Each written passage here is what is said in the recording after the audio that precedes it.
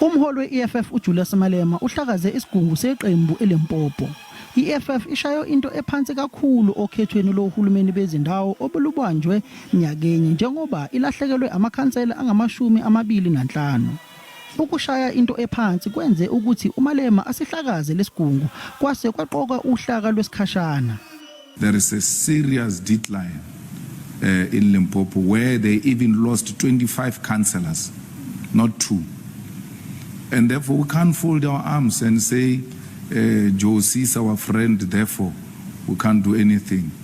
Okungabukhona kozinzo emkhandlwini yaseGauteng sekwenze ukuthi i-EFF ilaxaze i-DA emkhandlwini wase-Ekurhuleni ngenkathi kuqoka ohlalo bamakomiti emkhandlwini.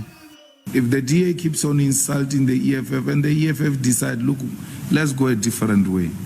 We can't take these racist insults from the DA.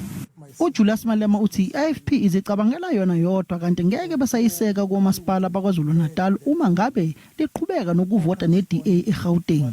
I-EFF ifuna ukuphatha isikhundla esimqoka sikahlalo wekomiti eGoli kodwa i-DA seyithembise i-IFP leso sihlalo. Lokuyisona sihlalo i-EFF esigaqele. Ngingusamkele Maseko wezindaba ze-SABC ngibika ngiseGoli.